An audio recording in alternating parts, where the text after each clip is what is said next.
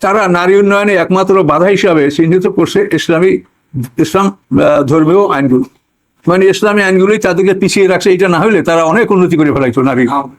কথা বলতে পারছেন? তো আচ্ছা, তাহলে আমরা এই বিষয়টা আমাদের যেটা জিজ্ঞাসা বা আমাদের জানার বিষয় সেটা হলো এই নাম হলো নারী সংস্কার কমিশন। এখন নারী সংস্কার কমিশন বলতে আমরা কি বুঝি? নারী বলতে হিন্দুদের নারীরাও আছে, মুসলিম নারীরা আছে, ইহুদি নারীরা আছে, খ্রিস্টান নারীরা আছে, নাস্তিকরা আছে। এখন নারী সংস্কার বলতে আমরা কি বুঝি?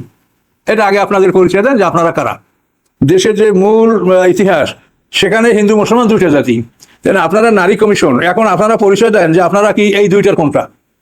আপনারা কি মুসলিম নারীদের সংস্কার কমিশন, না হিন্দুদের, না অন্য ইহুদিদের, না খ্রিস্টানদের, না নাস্তিকদের?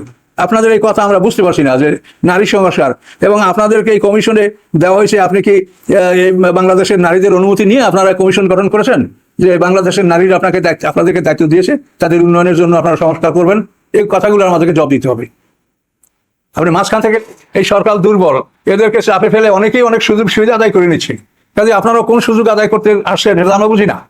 এজন্য আপনাদের এই পরিচয়গুলো দরকার, যে এই কমিশনে আপনারা যে সদস্য হলেন এটা আপনাদেরকে কি অনুমতি দিয়েছে?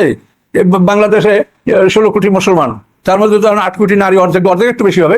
তাহলে এদের থেকে তো অনুমতি নিতে হবে যে আমাদের সংস্কারের জন্য আপনারা এটা দায়িত্ব নিয়ে করেন। আপনারা কি দায়িত্ব পেয়েছেন?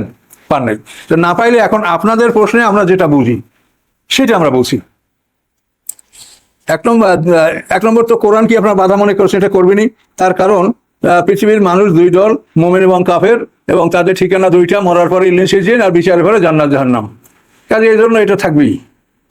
কোরআনকে যারা বাধা মনে করে তাদের ঠিকানা আল্লাহ যেটা বলছেন ওই জাহান্নাম, আর কোরআনকে যারা নিজেদের জীবন বিধান মনে করে তাদের জন্য জান্নাত।